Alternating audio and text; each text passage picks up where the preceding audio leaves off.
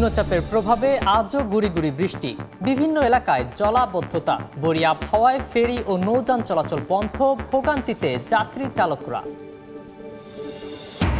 জমে ওঠার অপেক্ষায় কোরবানি পশু বেচা কেনা, বরি আবহাওয়া উপেক্ষা করেই হাটে আসছেন ক্রেতা, পছন্দের শীর্ষে ছোট ও মাঝারি আকারের গরু।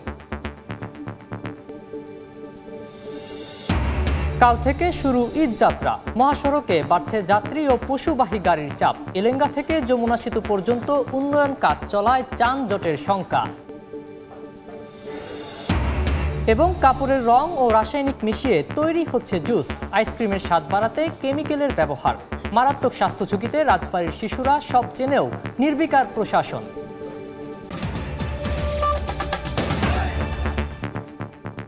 আমন্ত্রণ সময় সংবাদের নিয়মিত আয়োজন বিভাগীয় সময়ে। থাকছি সপ্তাহের 7 দিন ভিন্ন ভিন্ন বিভাগের সংবাদ নিয়ে। আজ থাকছে ঢাকা বিভাগ, সঙ্গে আছি আমি সাখাওয়াত হোসেন শাহ। দিনভর বৃষ্টিতে মুন্সিগঞ্জ সহ ঢাকা বিভাগের বেশ কয়েকটি জেলায় সৃষ্টি হয়েছে জলাবদ্ধতা। দ্বিতীয় দিনের মতো মানিকগঞ্জে বন্ধ রয়েছে লঞ্চ চলাচলও। সকাল থেকে হালকা থেকে মাঝারি বৃষ্টি ঝরছে।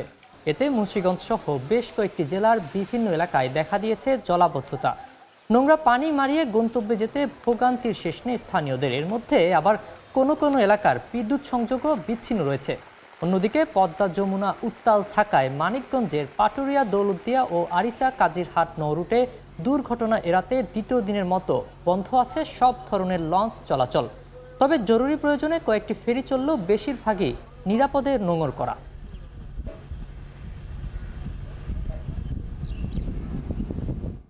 নিম্নচাপের প্রভাবে বৈরী আবহাওয়ায় লঞ্চ চলাচল বন্ধ রয়েছে আরিচা কাজিরহাট ও পাটুরিয়া দৌলতদিয়া নৌ রুটে।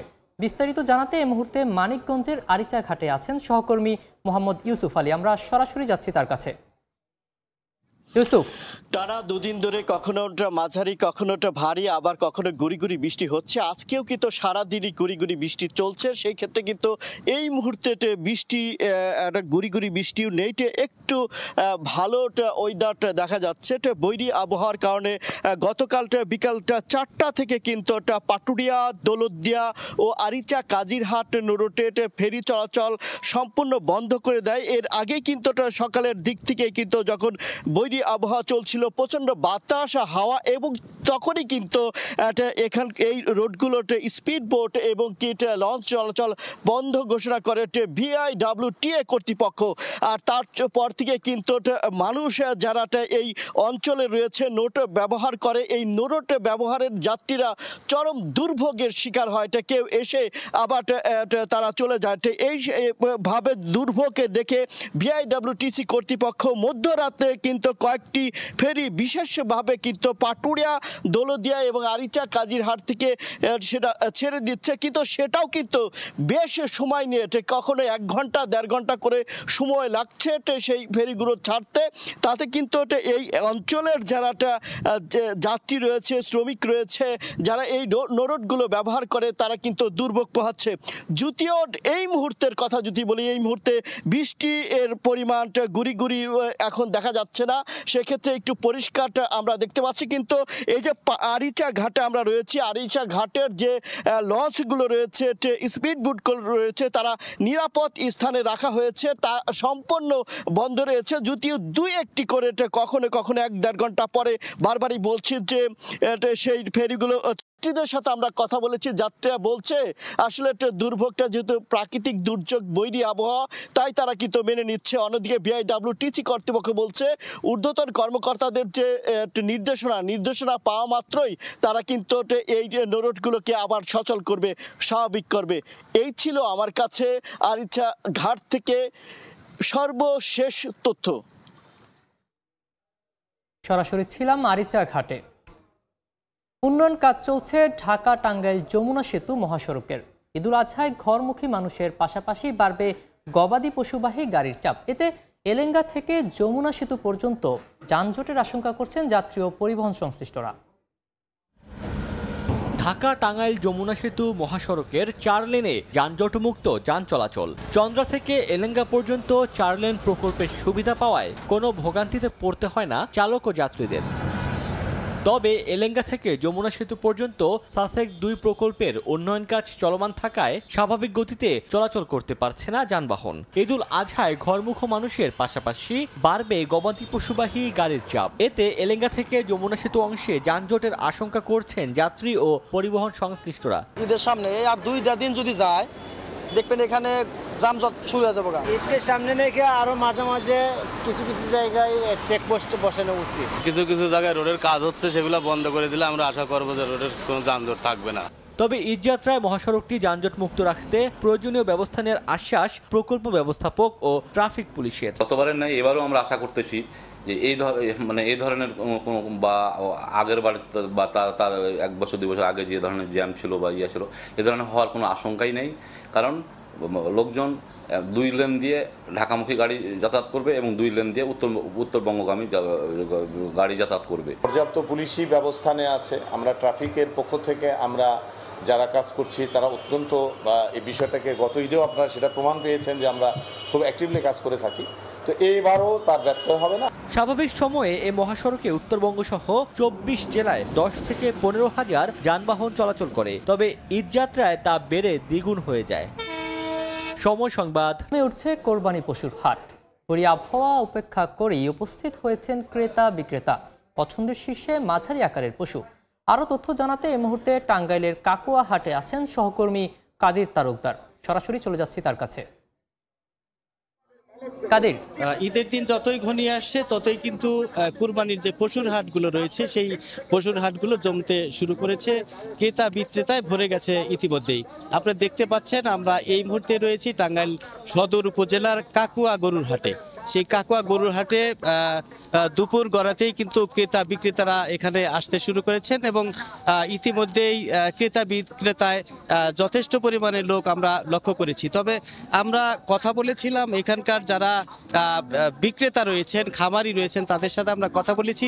তারা বলেছে যে এবছর পর্যাপ্ত পরিমাণে যে খাবার, গরুর যে খাবার, সেই খাবারের ভুসি, গম, খৈল সহ বিভিন্ন উপাদান যে রয়েছে সেগুলোর দাম বেশি থাকায় এবছর আসলে খামারি যারা রয়েছে বা প্রান্তিক কৃষক যারা রয়েছে তাদের অনেক বেশি খরচ পড়েছে প্রতিটি গরুতে।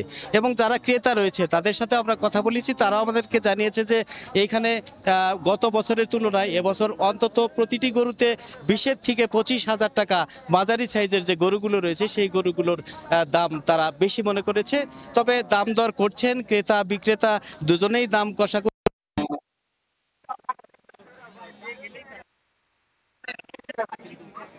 কিনে দিচ্ছে। আমরা দেখতে পাচ্ছি সেই দেশীয় গরু, পর্যাপ্ত পরিমাণে দেশীয় গরু রয়েছে। তারা বলছে যতই দিন যাচ্ছে ততই এই গরুর যে ক্রেতা, সেই ক্রেতা যেমন বৃদ্ধি পাচ্ছে এবং যারা প্রান্তিক খামারি এবং কৃষক রয়েছে তারা কিন্তু এখানে আসছে। আসলে সেই হাট আসলে এখনো ওইভাবে লাগেনি, যে কারণে আসলে যথেষ্ট পরিমাণে এটা আমরা বলতে পারছি না। তবে দাম দর করছে ক্রেতা এবং বিক্রেতা, তারা সুবিধা মতো পেলেই কিন্তু তারা কিনে নিচ্ছে।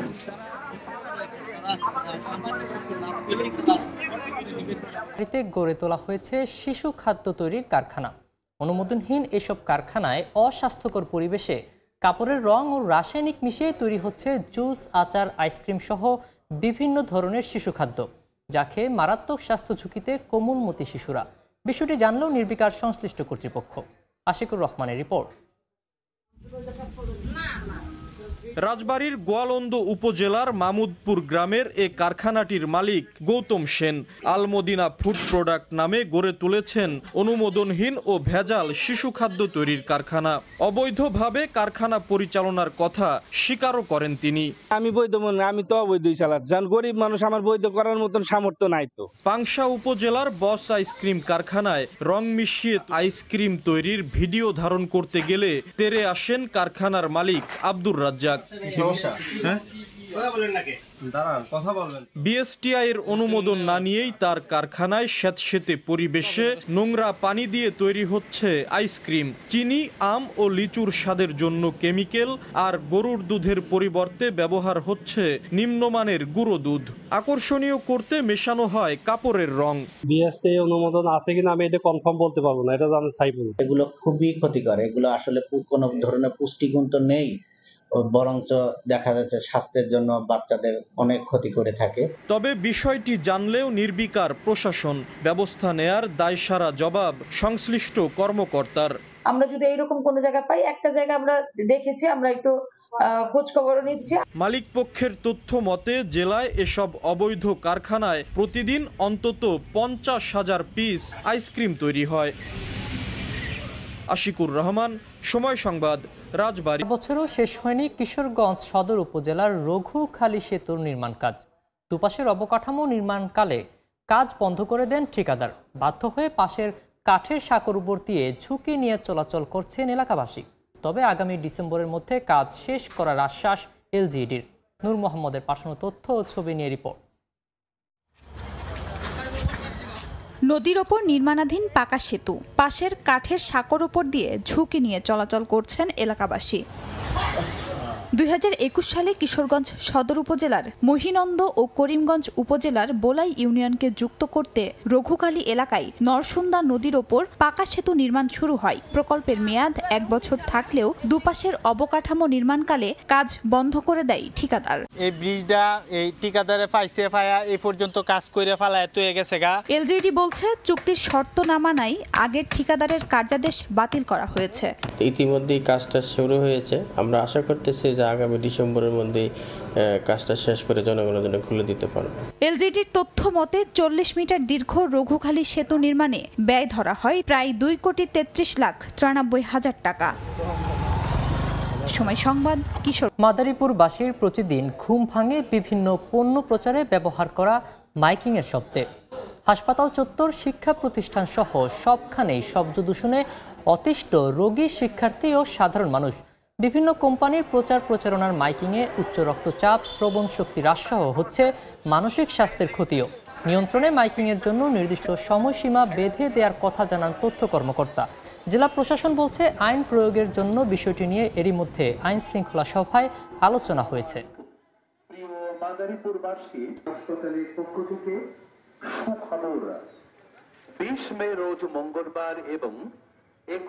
বিভাগীয় সময়ে আরেকবার মানিকগঞ্জে চলছে বোরো ধান কাটার উৎসব। ফলন হয়েছে বাম্পার, তবে বর্তমান বাজার দর নিয়ে আশঙ্কায় পড়েছে কৃষক। অবশ্য কৃষি বিভাগ বলছে সরকারি গুদামে ধান বিক্রি করলে কৃষকের লোকসান হবে না।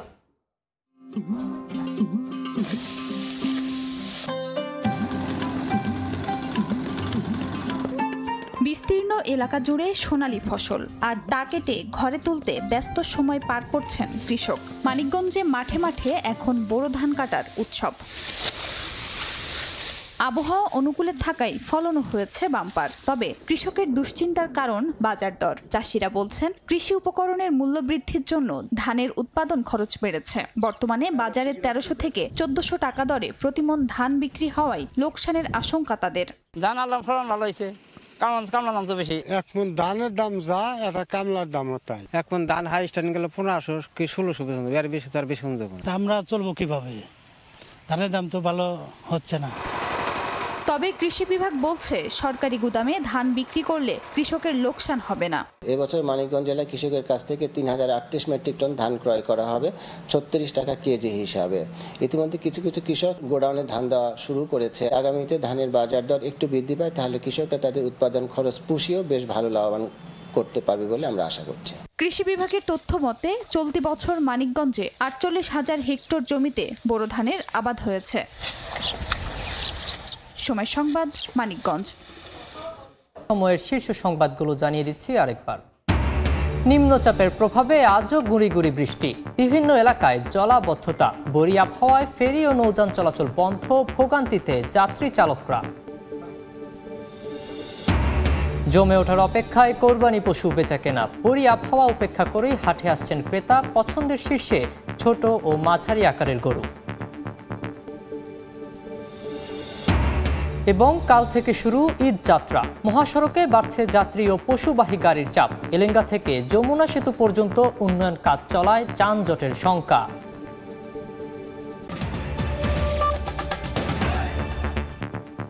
এই ছিল বিভাগীয় সময়। আগামীকাল থাকবো চট্টগ্রাম বিভাগের আয়োজন নিয়ে। সঙ্গে থাকুন সময়ের।